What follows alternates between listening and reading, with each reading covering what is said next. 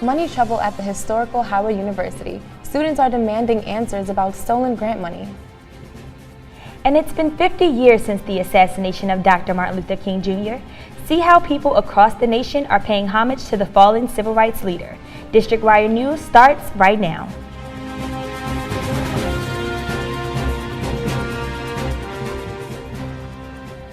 Good evening, I'm Shanice Archer. And I'm Takira Boston. Protests at Howard University here in D.C. are entering their 5th day. Taylor Moore is joining us in the studio to tell us a bit more about the story. Taylor, what did you find out? Yes, Shanice, so I was at Howard University today. Students have been on campus doing a sleep-in protest since Thursday, so I had an opportunity to speak with a few of the students and check it out, so let's take a look. Howard University students are still standing strong in the face of adversity on campus. I'm here for it. I'm all the way here for it. The sit-in, we've been here for 5 days. Police said that we were not blessed till 5 p.m. on Thursday. So, student protesters have taken over the administration building on campus and are being led by HU Resist. Several students at the protests have been personally affected by misappropriated financial aid money that occurred from 2007 to 2016.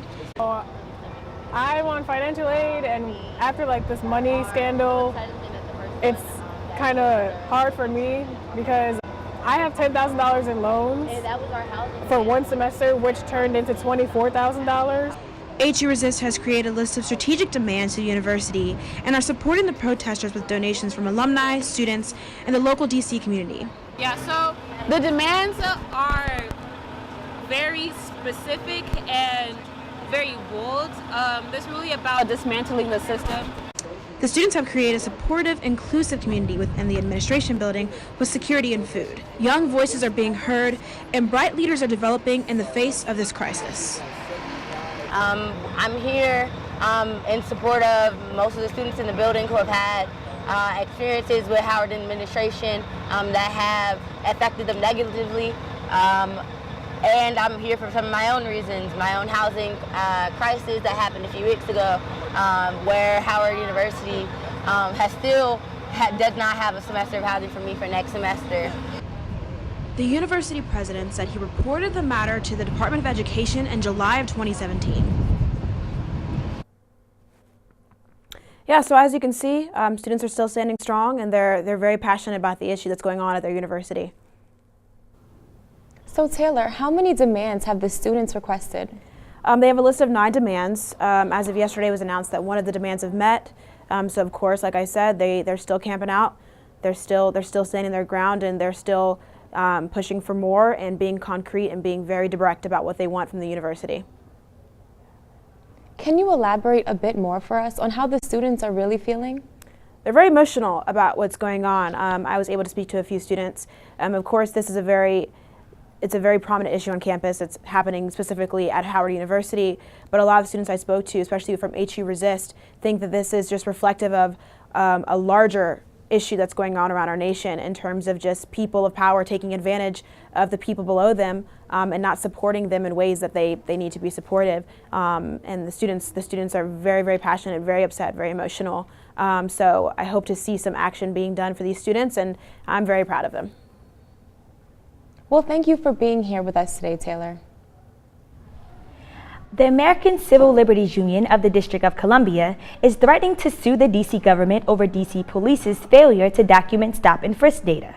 In 2016, the D.C. Council passed the Neighborhood Engagement Achieves Result, or NEAR Act, that requires police to record more detailed information about their stops, such as the violation that led to the stop, if a search was conducted, and whether an arrest was made because of it.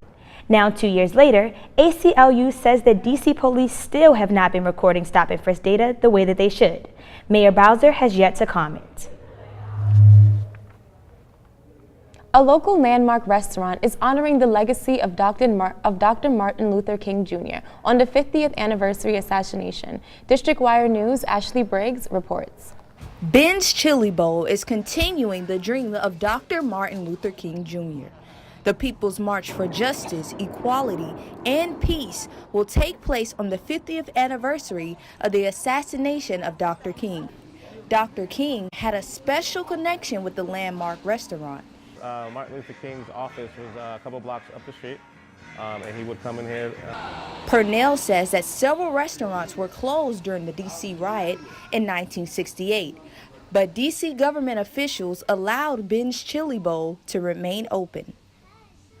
Some say that King's legacy set a great example of teamwork. Just set a really great example for how we should interact with people and be accepting of people who are different, people who look different, who have different races, cultures, ethnicities, and, you know, just kind of come together as one society. Others say they were amazed by his efforts to push for change. One man started a huge movement for having rights for black people, and I thought it was amazing, and that just one man can just change an entire world. Ben's Chili Bowl is asking business owners on U Street to place electronic candles in their storefront window in remembrance of Dr. King. For District Wire News, I'm Ashley Briggs. Some Mississippi teens are paying tribute to civil rights leader Dr. Martin Luther King. Escorted by police cars, support vans, and even a portable restroom, 6 teenagers begin their march from Pearl, Mississippi to Memphis on Saturday. The distance represents 50 years since Dr. King was assassinated. The teens plan to walk 10 to 15 miles per day until they reach Memphis. They will complete their journey on Wednesday, April 4th at the Lorraine Motel, the place where King was killed. 50 years later, you wouldn't be able to recognize the locations where the riot struck the district, but the history leaves an unforgettable impact. Courtney Lee reports. This week marks the 50th anniversary of Dr. Martin Luther King's death and the D.C. riots that followed. Streets up and down 14th Street would be unrecognizable today from the destruction that's seen from the protests after King's assassination. D.C. residents who participated in the riot in the 60s targeted many white businesses in retaliation. The riot left over a dozen dead and almost 1,000 businesses damaged. American University professor Dario Bernardini says while the riots made a statement, it doesn't accomplish much but destruction. I mean, I think the type of marches that we've been having have really been very effective because it gets people's attention, it gets the news media attention to get everybody to focus on those issues. But if they end up turning violent, I think that sort of takes away from getting that message out there and really defeats the purpose. Even though 50 years after the riot, people still see similarities in protests today. You even saw that Times magazine that came out on, I think it was for Ferguson, where it's police on one side and then the people on the other side. It really mimics the civil rights movement photos. For District Wire News, I'm Courtney. Officers who were involved in the Alton Sterling shooting in 2016 are now facing consequences. The police department released video footage of his arrest leading to his death moments later. The video was taken from a police body camera showing an officer shouting and swearing at Sterling. He was then slammed into a car and was threatened with a gun pointed to his head. Baton Rouge Police Chief Murphy Paul said these actions were not minor deviations from policy and that they contributed to the outcome that resulted in the death of another human being. The officer that opened fire has been fired and the other suspended for 3 days. Today, First Lady Melania Trump is hosting the annual Easter egg roll on the South Lawn of the White House. This Easter egg roll is a tradition that dates back to the 1800s under the administration of President Rutherford B. Hayes. For those who won the public lottery in February, can celebrate Easter Monday at the White House, a day filled with fun family activities. More than 50 tourists were hospitalized for possible food poisoning after arriving to D.C. from New York.